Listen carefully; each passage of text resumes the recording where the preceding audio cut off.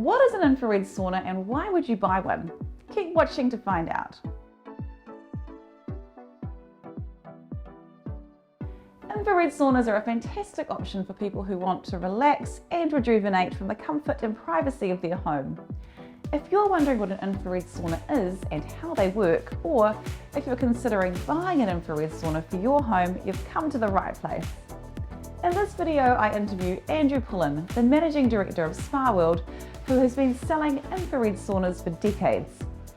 Join me as Andrew shares his knowledge of infrared saunas, including how they differ from conventional saunas, why they're a good investment, and what to look for when purchasing one so you can make an informed decision. Andrew, can you explain what an infrared sauna is and how it operates? Well, an infrared sauna, as you can see, is effectively a big wooden box with infrared elements around the outside that direct infrared directly onto the body. And what are the key components that make up an infrared sauna? Almost always you're going to have the timber inside, because timber is obviously the traditional material that saunas are made out of. Makes it a really nice environment to be in. Big glass front. A lot of people can get a little claustrophobic, so the more glass around the sauna the better, so that you can see out. The black panels that you can see are the infrared emitters, let's say, infrared heaters, although heat is less important in an infrared sauna, as we'll talk about. There's the control panel towards the rear there, which controls the heat levels, stereo, those types of things. This particular infrared sauna is fitted with a stereo. It's also got chromotherapy built in, so coloured lights that can influence mood, and a little exhaust fan, so it keeps fresh air moving through as you're in the sauna. How does the technology of infrared saunas differ from traditional saunas? Okay, that's a great question. So in a conventional sauna, you have usually a single heat source. So most people will imagine the electric heaters which heat up the rocks that sit over it. And the reason that the rocks are there is traditionally fire would have been used to heat the rocks, and then water is tipped onto the rocks to create steam. The steam transfers the heat from the rocks to the air and then to the body and makes us sweat. With infrared sauna technology, we sort of cut out the middleman, and the infrared elements heat the body directly. So it's very different technology, and as we'll learn, they run at very different temperatures and have different benefits than a conventional sauna. What types of infrared waves are used in these saunas, and what are their respective roles? So most infrared saunas are what are called far infrared saunas. There is, not to get too complicated, near, mid and far infrared wavelengths, and they have slightly different benefits. The far infrared tends to penetrate more deeply into the body, and therefore it's preferred within infrared saunas. But many saunas have what are called full spectrum elements, which incorporate near, mid and far into their emission range. Right, and so what's the most popular? Well, far infrared sauna is definitely the most popular. Okay, and that's because of the penetration? The penetration, okay. Yeah. The far infrared wavelength is most in tune with the wavelength of heat that we give out as humans, and therefore the body tends to absorb better. So if you hold your hand near your cheek and you can feel heat from it, that's actually the body emitting its own infrared heat. And so when the elements are tuned to that same wavelength, then it means the body absorbs those waves better. What is low EMF in a sauna, and why does it matter? Yeah, so EMF stands for electromagnetic field, and I suppose the most sort of common awareness that people would have around that is living under high tension power lines. It's important to note that high tension power lines carry 500,000 volts. An average infrared sauna is less than the 240 volts that comes out of the wall. But still, there is wiring that's connecting the control panel to the infrared heaters, and that does output some EMF. So most quality saunas will shield the wiring so that EMF radiation doesn't come into the cabin. So it's definitely important to choose a sauna with a low EMF rating. And as you might expect, the better quality the sauna and potentially the more investments that are required, the lower the EMF. So that's one of the benefits of spending a little more to get a good quality product. How do infrared saunas compare with traditional saunas in terms of the installation process?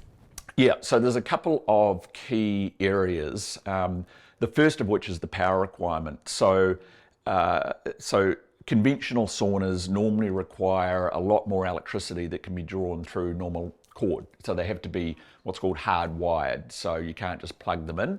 They have to be wired into the house, and that comes with some expense. The other thing with a conventional sauna is that they generally create a lot of steam, and the steam has to go somewhere. And if you don't want that steam coming into the home environment, then it needs to be vented to the outside. Thirdly, for infrared saunas to be most effective, you're using a lot of water over those rocks. And so that water once again can drop, and so it's important that they generally will fit on a kind of a waterproof base.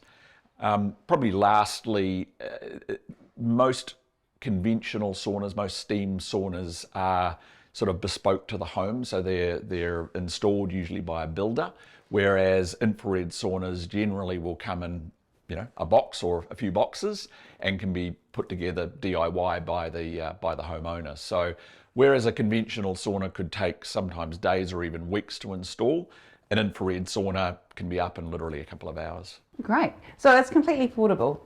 It is, yep. So it's one of the benefits of an infrared sauna is that if you move home or want to move it into a different room, then piece of cake. Yeah, really easy. Just sits on the carpet, as you can see here, plugs into the wall and clips together. So yeah, very easy to break down and move if required. Bit like furniture, I guess. Yeah. Great. And so it's easy to assemble, so the average person could quite easily put it together.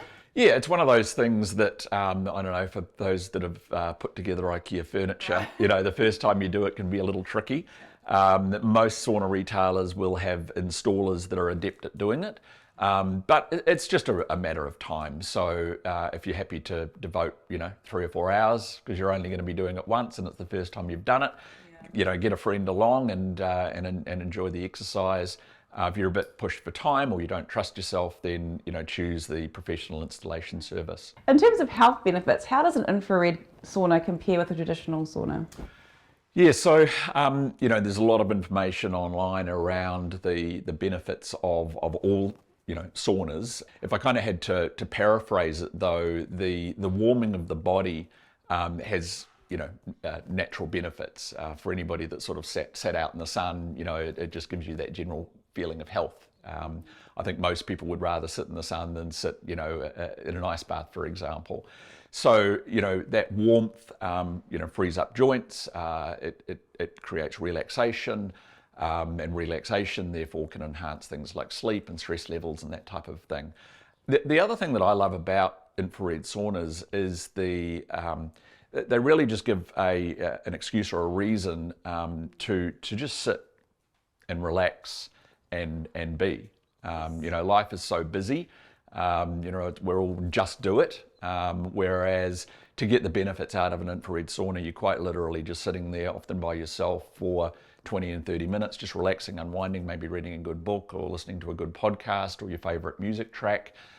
In that warmth is going to give you a great deal of benefits. Now, some of those benefits you're also going to get from a conventional sauna, but conventional saunas, in order to be effective, have to be at a much, much higher temperature. We'll probably go into that. I mean, a conventional sauna, for anybody that have used them in a hotel or a gym, are generally operating around 70 to 80 degrees. And you're sweating, just as you would sweat in an infrared sauna, but for most people it's going to be a lot more uncomfortable, and maybe that's going to mean that they're able to be in a conventional sauna for a much shorter time period than in an infrared sauna. Yes. Okay, and that's just so important, isn't it? Because it's a pleasant environment and you're getting that time to be mindful on your own. Yeah, I mean, in an infrared sauna, the operating temperature is around 45 degrees. So, for those in a temperate climate, it's like sitting outside on a hot, sunny day, relaxing, the inside equivalent of lying in the hammock and reading a book. And that's going to bring a lot of natural health benefits. We've also heard anecdotally that when you're using an infrared sauna regularly, it makes exercising a lot easier. and then you're going to get all the benefits that come with exercise as well, and therefore better sleep and that type of thing. Right, and helpful in terms of recovery? Yeah, I think so. I mean, once again, if you run a marathon, you're going to recover better sitting in the sun or sitting in on a cold, snowy bank. So that warmth, that relaxation that comes with infrared sauna use or sauna use in general, I think is definitely going to help recovery. There's no doubt that you sweat prodigiously in an infrared sauna, just as you might in a conventional sauna, and the act of sweating has benefits as well. Yes. And you touched on sleep just briefly before. Can you tell me more about that? Yeah, well, once again, it's a combination of, that deep warmth, the act of sweating, the act of sweating actually increases the energy burn rate in the body. The solitude, you could very easily, or I certainly do, get into sort of a semi-meditative state in an infrared sauna. So I think it would be hard to contest that the act of relaxation doesn't help sleep when you get into bed. Certainly many of our own customers have that experience. Yeah. And are there any safety considerations people need to be aware of? Yeah, so as I mentioned, you tend to sweat an awful lot in an infrared sauna, so it's very important that you replace that water loss. So I'd always recommend taking at least 1 litre of drinking water into the sauna when you're using it. And to that extent, my own personal experience is that the act of sweating and the natural increase in heart rate, etc., being in there, it does mean that staying in for longer than 30-40 minutes is going to be a challenge, and I probably wouldn't recommend that. We do have a lot of customers who, they get their infrared sauna installed and they're in there every day for an hour, and maybe not the best outcomes as a result. It's kind of a bit of a shock to the system if you haven't done it before. But it would be no different than, starting your running career by going out there and, running hard out for an hour at a time. So that's something to be aware of. If you've got a heart condition, heating the body and the act of sweating does increase heart rate. So it's probably a good idea to check with your doctor or cardiologist and alert them to the fact that you're going to be using an infrared sauna. They're probably going to be quite happy with that, but they'll tell you to take it easy and ease into it. There is a question around use whilst pregnant. And I think the safest thing is don't. I don't think there's any research necessarily that has been directed at sauna use with pregnant women, but it's always safe to err on the side of caution. But I'd say the big one is stay hydrated. That's the thing. My own personal experience, I've gone into a sauna and without rehydrating dropped a kg, which means 1 litre of sweat. Wow. That's been my personal experience. And so you wouldn't want to be not replacing that loss of hydration. Yeah. Okay, so just take it slowly, like anything. Initially, take it slowly, build up. Definitely wouldn't be using an infrared sauna for more than 40 minutes, and stay hydrated. And if you can get some electrolytes into your water, then all the better. Yeah. Great, and just check with your medical professional if you've got any concerns. If you have any concerns, that's always the best advice. Yeah. And why are infrared saunas becoming a popular choice for home and commercial use? Look, there's a whole bunch of good news stories about infrared sauna use and the benefit that come from that. Wouldn't require much, interneting to figure those out. Or if you're on, TikTok or Insta and are following people that are using infrared saunas, then you'll hear about their good news stories. But I think that one of the main benefits is it's just so easy. There's really, as we've talked about, virtually no installation required. You can be up and running in 2 or 3 hours. Most of them plug into a normal wall outlet. For those in a smaller home or an apartment, they're quite compact. You can get down to sort of a one person that's less than 1 metre square. So most people are going to be able to find the space, even in an apartment, to install one. So it's a combination of the lifestyle benefits that come from their use, coupled with the fact that there's very few barriers to getting one installed. Compared to a conventional sauna or maybe some other health modalities, they're reasonably inexpensive. You can get a good quality infrared sauna for under $5,000. Whereas, I think you'd struggle to find a conventional sauna, for less than probably 15 to 20. and other health modalities similar. Yeah. Absolutely. And I suppose now with wellness being such a factor in the workplace, it seems like a good idea to have one of these for your... Yeah, definitely. And I certainly wouldn't underestimate the benefit of having a reason to sit for 30 to 40 minutes a day and do nothing. I mean, I think that the benefits of meditation are well documented in terms of calming the mind and improving sleep and other health outcomes, lowering blood pressure that comes with meditation. And what a perfect environment. You're warm, you're getting those natural rays warming the body and giving you benefit. And whilst you're meditating or maybe reading a good book or listening to music in there, it's just winding down. And I think that winding down and doing nothing comes with tremendous wellness benefits. Yeah. And what are the key features people should look for when they're looking at buying an infrared sauna? Yeah, that's a great question, Amy, because when you're looking online and you're seeing some saunas for like $2,000 and some for $20,000, what's the difference? Because they all look the same, right? They look like big wooden boxes. So, look, a few things to look at. Let's start at the bottom and work up. So a solid timber construction is really important. Some of the cheaper saunas on the market do use a particle board or a plywood and then just clad it with some very thin timber. And not only does that mean that they might degrade over time, but particle board and plywood has glues and adhesives in them, which when heated, I'd certainly prefer not to have those, fumes in the environment. So, a solid 100% timber unit is something to look for. Look at the general workmanship, the timber work that's used. You're going to be sitting there, as we discussed, half an hour, 40 minutes a day. You're going to be looking around and you want to see beauty, right? You don't want to see shoddy workmanship. And I think that if, most people will recognize what good woodworking workmanship looks like. So have a really close look at the joints and how the sauna is finished inside.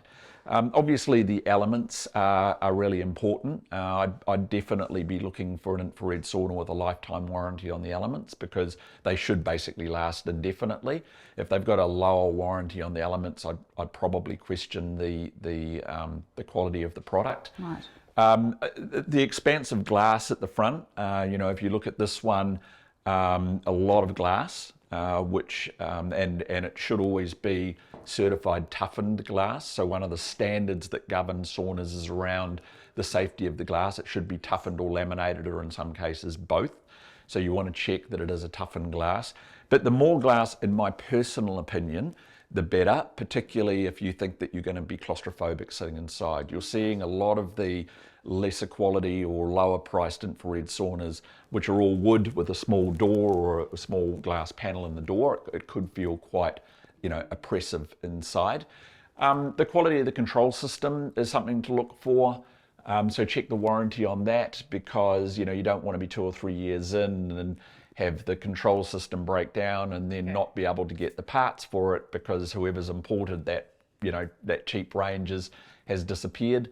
If it's got a stereo system in there, if you pay a little more, you could get a high quality stereo system, a branded stereo unit. So many infrared saunas have chromotherapy, which, there's a belief that certain colors of light have different impacts on the mood. I think more of it's a personal thing. So look, if I had to, really sum it up, solid timber, yes, lots of glass, safety glass, good quality heaters, which is going to be indicated by a very long warranty on them. But really just have a close look at the workmanship because I've seen some cheaper units on the market that, I think I could have built them better, and that's saying something. So really have a close look at the, the quality of the joins and the finish on the product because I think that's a good indication. And really make sure that it is a solid timber construction. I mean, this particular sauna is hemlock spruce, and it's solid. There's no particle board, which means no adhesives, and I think that's a really important consideration. Yeah. What types of timber should people be looking for Yeah, so I mean, traditionally saunas in Scandinavia have been made out of spruce or a spruce in the spruce family, which this is. We've also saunas made from cedar. So cedar is a good timber. It's slightly harder than the spruce, and it tends to not soak up the sweat. Almost all saunas on the market are going to be one of those two sort of families of timber. So I wouldn't get as hung up on that as the fact that it is a solid natural timber. Yes. So just really avoid anything with particle board or plywood in it. Yeah. How should the size and capacity of a sauna influence the buyer's decision? Okay, so there's three considerations to make when choosing size. One is, do you have the space? So, just mapping it out. So looking at the sizes available, cutting out some craft paper that size, moving it around the house and looking for where best to fit it. So that's your first consideration. The second consideration is, will you feel more comfortable with more space around you? So, if we look at a one-person unit, 900 by 900, it's quite compact. Is that going to be an issue for you? If not, then fine. If it's just for you and that's all the space you've got, then great. But if you've got bigger space and you feel that you're going to enjoy the sauna experience more by spreading out, then go for a larger unit. And thirdly, how many people are you going to expect to use the sauna? I mean, a lot of people have a great preference for solitude in their sauna, but then there are a lot of partners or mums and dads with their kids that enjoy that sort of enforced conversation time, So I would, if you're going to, however many people you're going to have using the sauna regularly, go the next size up.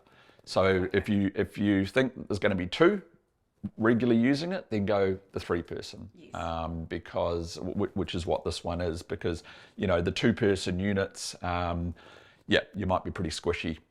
If you're using that with 2 people, particularly if you're sort of wider in frame, Yes, yeah, and also whether you're going to be sitting or lying down, is that something to consider as well? Or? Yeah, so bear in mind that the infrared works on contact. Yes. So if you're sitting, for example, with your back to these side elements and your feet up, then that's great. But bear in mind that you've got calf heaters down here. Oh, I see. So when you're sitting like this, you're maximising the impact of the infrared. I see. So that's the optimal position to be sitting in, really. Yeah, this is this is the way it's designed. Some of the premium units also have elements on the front. So you're effectively surrounded by the infrared emission, which is what's desirable. I see. Yeah. How important is the manufacturer's reputation and the warranties? I'd say it's vitally important. I mean, even a cheaper sauna is still, $2,000 to $5,000, and as we mentioned earlier, if the control system breaks down and you can't get a replacement because the importer's left the market, then you've effectively got quite an expensive wardrobe. I have seen many examples of that happening, of a vital part failing and then not being able to get a replacement.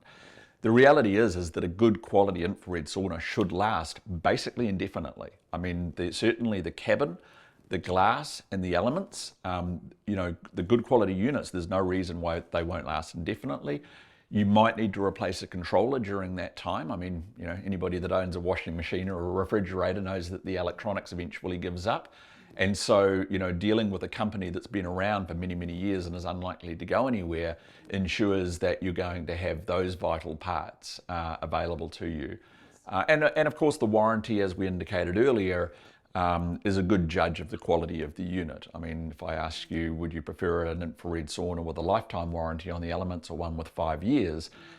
Which is generally going to have the better quality, So just do a bit of research on the company before you... Yeah, definitely. I think that because they are just so easy, there are a lot of companies that get into it without knowing anything about it. They go to a factory somewhere in the world and buy in a container of them and sell them, and then maybe leave the market and leave all of their customers hanging with regard to replacement parts. So, dealing with a business that's been around for, a few decades is generally going to be a guarantee of success. What are the spatial requirements for installing a sauna in a home or wellness facility?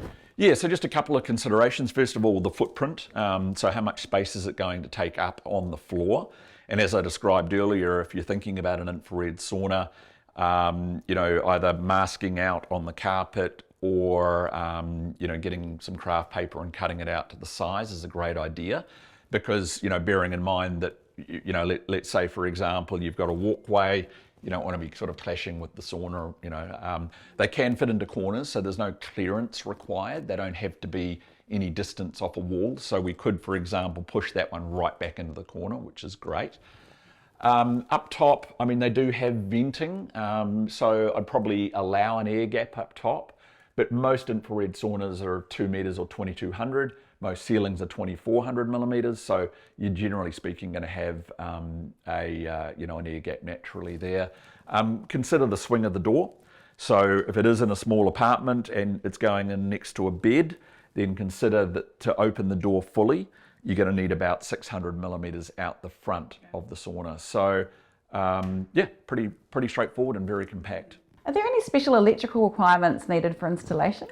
For the most part, no. The vast majority of infrared saunas nowadays just plug into a normal power point on the wall. There are some of the larger units that might require a 15 amp plug in Australia and New Zealand, slightly heavier earth pin. If that's the case, then you'd want to get a quick estimate from your local electrician.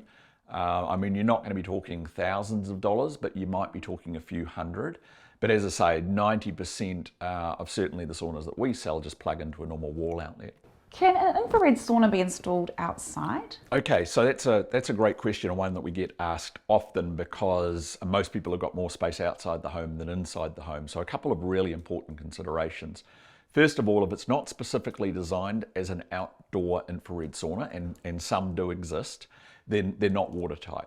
So at the very least, they need to be under a veranda or in an al fresco or maybe in a garage, environment. But one really important thing to consider is that the way that infrared saunas work, they don't create an overabundance of heat. So that's different from a conventional sauna. The elements, it will heat up to sort of 45 odd degrees, but the lower the base that it's coming up from, the longer it takes. And in a very cold environment, that coldness can overwhelm the infrared sauna. Funny story, in a previous home that I had, the only place for my infrared sauna was in the garage. And in the middle of winter, I found that it was taking, 30 to 45 minutes to heat up. So I did a little bit of a life hack, and I got a tiny little 2 kilowatt electric blow heater, and I'd go out and turn the infrared sauna on and pop the blow heater through the door to warm up the air within the sauna, and within 10 minutes it was toasty, could turn the blow heater off and then hop in and enjoy my sauna, and it would hold temperature. So my strong recommendation for usability is have it inside the nice warm home. But if you just can't do that, then it must be in a watertight environment, and just consider that ambient air temperature and the impact it's going to have on heat up time. And how does the maintenance of an infrared sauna compare with conventional saunas? Yeah, so both require very little maintenance. Really the only maintenance required on an infrared sauna is probably keeping the inside sanitary. As I've said, you do sweat an awful lot. Now, most people sweat. It doesn't have any nasties in it, unless you happen to find yourself detoxifying, and I have seen some interesting sweat colours on towels after use. But in a commercial environment, that's going to be a consideration. So you can keep them sanitized with a natural sanitizer. Hydrogen peroxide, a dilute hydrogen peroxide solution, is really good. I would encourage people just to sit on towels, otherwise you are going to be sitting literally in a pool of your own sweat. So a towel on the floor or a bath mat, and a towel or a bath mat on the bench is a really good idea. But other than that, not really any maintenance required. Keep the glass clean, that's about it. Can you discuss the cost effectiveness of owning an infrared sauna? Yes, very easy to work out because you're going to find the power input on all of the specification sheets. This one that we're looking at is about 2,000 watts, which is less than a electric heater, that little blow heater that I talked about earlier. So you might be looking at, depending on your rate of power, anywhere from 30 to 70 cents per use. So very little, and unlike a Spatial, for example, you're only using power when it's on. You're not keeping it hot in between. So most people would not notice an infrared sauna on their power bill. However, a conventional sauna is quite different. So they usually have longer heat up times, and they're using a much bigger element. In fact, some conventional saunas require 3-phase power. They're generally running an element size between 6 and 10 kilowatts, which is 3 to 5 times more than what we're looking at here. So an average, and because of the longer heat up time, then a conventional sauna could be dollars per use, whereas an infrared sauna is cents per use. That's incredible. They really don't cost much to run, do they? Not at all. What are some common misconceptions about infrared saunas? A couple that I'll really focus in on. One is that all infrared saunas are created equal, and so once again, if you're doing your research online, you'll see some infrared saunas at sort of 2, 3, 4,000, and then some quite a bit more than that. There is, generally speaking, a reason for that, and that reason comes down to quality, performance, longevity, all of those natural things. The other big misconception is that they need to get really hot to work. So, fun fact, the controllers on most infrared saunas go up to 60. So people think they need to be at 60 degrees for them to be effective. The reality is that the most effective temperature for an infrared sauna is in the mid-40 range. I think a lot of people's conception of sauna use is tied to that one time they tried it in a gym where it was 80 degrees. But one of the benefits of infrared saunas is that they are effective and they do create sweat at much lower temperatures. How does the use of an infrared sauna fit into an overall wellness or fitness routine? So from a fitness angle, there's no doubt that that prior or post exercise, you're going to get benefit from it. And that really just comes from that deep warming impact of an infrared sauna. I mean, when you're at the gym, they don't call it warming up. Yes. For no good reason. So it's certainly going to be a great complement in that regard. I also think that the whole relaxing and unwinding in solitude, getting into that semi-meditative state, is really going to enhance wellness, particularly mental wellness. We are such a busy society right now. We hop up in the morning and we check our phones and then we drink our coffee and then we fight traffic and we go to work and it's go, come home, dinner, kids, all that type of thing. The ability to just sit and relax and unwind in a beautiful, warm and controlled environment, with great music playing or just silence, can never be overestimated. What are the environmental considerations of using an infrared sauna?